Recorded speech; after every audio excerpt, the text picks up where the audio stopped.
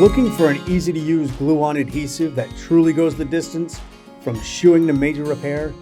Only Equilux is strong enough to stand up to everyday wear and tear, yet remain flexible for easy filing and shaping, even nailing.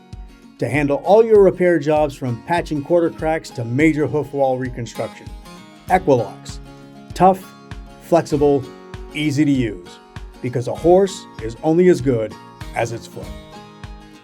So we're coming up in 2025 is the 50th anniversary of American Farriers Journal, which Henry Hemring started back in 1975, and we purchased in 1992. And anyway, today we've got Alice Musser in the office, and we're going to reminisce about the 23 years she spent with us on Farriers Journal, and what has happened since then, and what she's doing.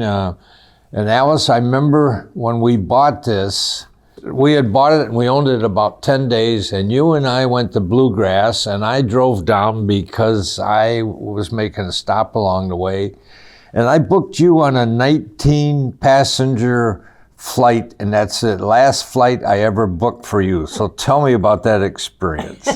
It was literally only 3 days. Okay. I started back on a Monday. We had the meeting in your office, and you handed me this ticket and said we were going to go on Wednesday to Bluegrass. Okay. At which point, I still didn't know anything about farrier industry. Neither did I.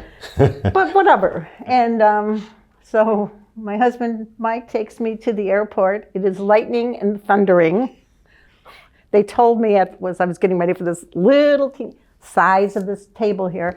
They said, don't worry about it. We won't take off if the plane is lightning's more than, I don't know, what is a half a mile from the plane or something. But once you get in the clouds, these lightning strikes are all over the planes lighting up. It was pretty intense. And a lot of rough weather. We finally get to Louisville. I kiss the ground. I'm thankful to be here. And he's like, I had a nice little trip down. I stopped here and there for coffee or for soda or lunch or dinner. And I'm like, So, yeah. So you never let me book an airfare for you after that, did you? No, that's why I'm here today. Well, we went to Bluegrass Laminitis, the Rick Redden show in Louisville at that time. And tell us about the time you first met Henry and what he said to you. Henry, yeah. I can't remember if it was at this show or when we were at Daytona? The Daytona, AFA convention that year. And he just came right up to our booth, put his hands down, kind of that gruff way that he could be at times. And he said, hey, I started this whole thing. Okay. We've owned it since 1992, and we're the third owner on it. And you mentioned Daytona Beach, American Farriers Association meeting. We went there that was the first time in February of 1992. And the Canadian bikers were in town, and all night. Bike week for the Canadians. And the motorcycles went up and down the road until 4 o'clock in the morning every night. But I'm a biker girl, so I was okay with that part. Yeah, but I think you got a room booked right over the bar, right? And they sang and danced forever down there. We had two funny things that happened there. Number one is when I came in late at night, it was like almost midnight by the time I got to the hotel. I dragged my suitcase over to the elevator. The doors open and someone had thrown up all over the elevator floor. And I said, it looks like I'm taking the elevator. Hopefully it's not too far. Right. So yeah, it was pretty crazy. And then I got to the room. The sliding door was broken. It was like half off to its hinge. And then the bar music going all night. So you had worked for us once before, and we sold a magazine, and then you moved on to another job. But Pam and I, when we bought Farriers Journal, Pam's my wife, and for those that don't know, and anyway, we decided that you would be a natural fit to come back and sell ads for us. And I don't think you'd ever sold ads in your life. What made you decide that this was a good move for you? Well, that's a good question. Well, I enjoyed working with you and Pam. We had a lot of fun together, and I guess I never figured I couldn't do something. Right. So how hard could it be? Right. Well, I remember going to Bluegrass Laminitis, and we decided we would bring Helen Rhodes from Massachusetts, who had been the ad manager, to introduce you to everybody at Bluegrass Laminitis. And after about the third booth, Helen was carrying on with long conversations with people, and you just moved ahead and introduced yourself to everybody on your own. Well, yeah, that's what I had to do. It was more fun that way anyway. It was kind of like the Helen Rhodes farewell tour. Yeah. And so she went out and visited everybody. So right across from us was Bob and Phyllis Peacock, and they were working with Simons at the time. Sure, right. On the other side of us was Tom and Donna Gauthier with Equilux. And, you know, we just took off. Ellie Hayes had just started Horse Science. It was her very first show. She and I had sat down together during one of the breaks. I remembered 2 sessions. They had like a morning session, right, trade show, and then one in the afternoon. So we had gone to lunch and went back up by her hotel room and sat and visited. And she just handed me all this stuff and said, "You're a natural. You're not going to have any problems at all." And she went back off and did her thing. So it was great. But I just enjoyed visiting with all these people and starting to learn the story. Actually, that's where we met Red Vention. Red came over to our booth and said, he had picked up one of these magazines, flipped it over, and he was on the back cover. He flips it over and said, "This is me." And I was like, "Oh my gosh." And I looked at his tag. I said, "Mequon, you're like a local guy." So we got to visit with Red, and that was the beginning of a nice long friendship there. We had a lot of fun together. Here's the first issue you ever sold ads in. March, April of 1992. All right. And shortly after this issue came out, you and Mike had been married since what? November? We got married in October. October, okay. So this, and they 91. decided to take their honeymoon in Hawaii later. So you went in February or March? May, okay. I'm an old guy. I can't remember anything. This is my life.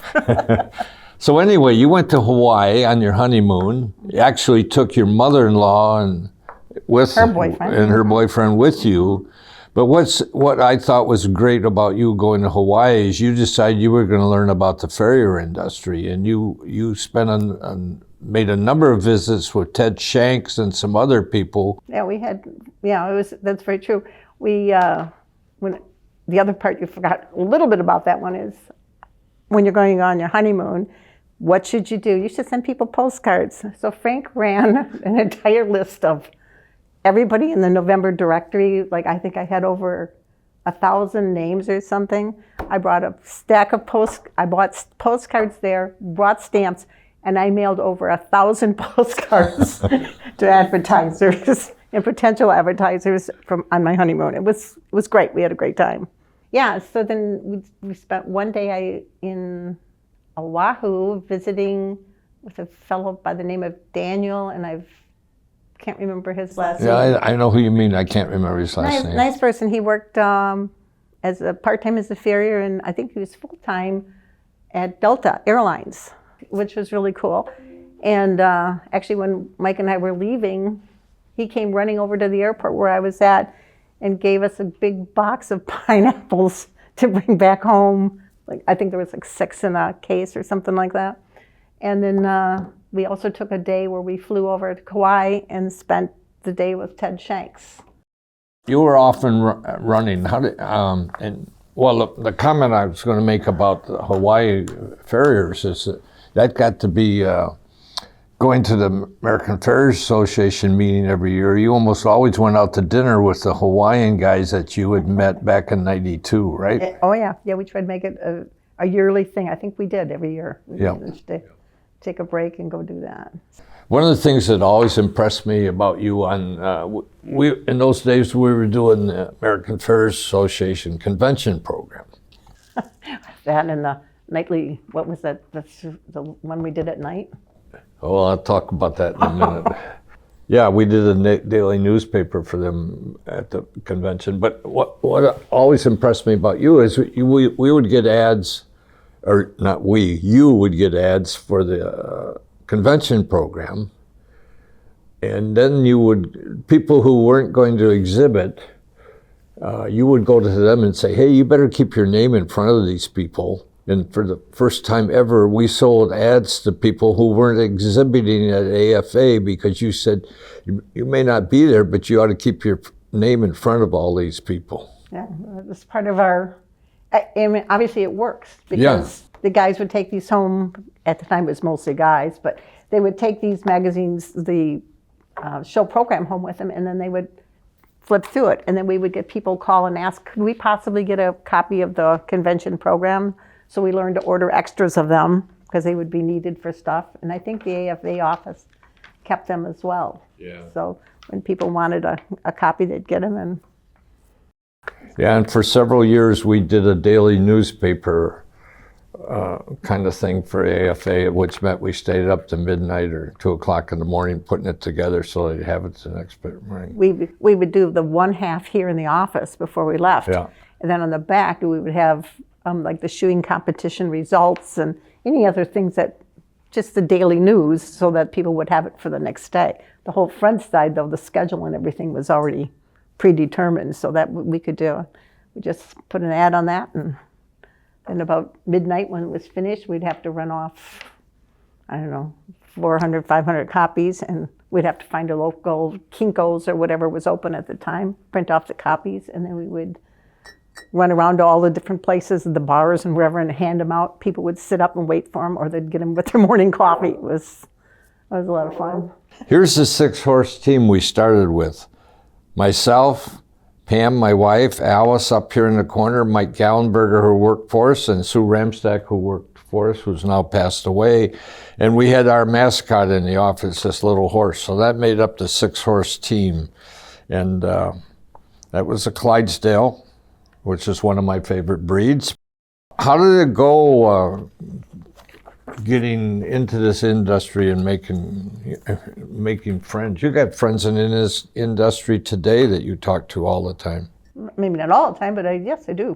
Yeah. I enjoy it. Well, such a bunch of good people, you know, really. Right. That's very, very, I always figured I was very blessed to have met so many good people in so many different walks of life that kind of come together. So you could have a person who's an atheist versus somebody a very strong Christian versus somebody who's also Alan was he was a professor at some university. Oh yeah, and Alan in New York.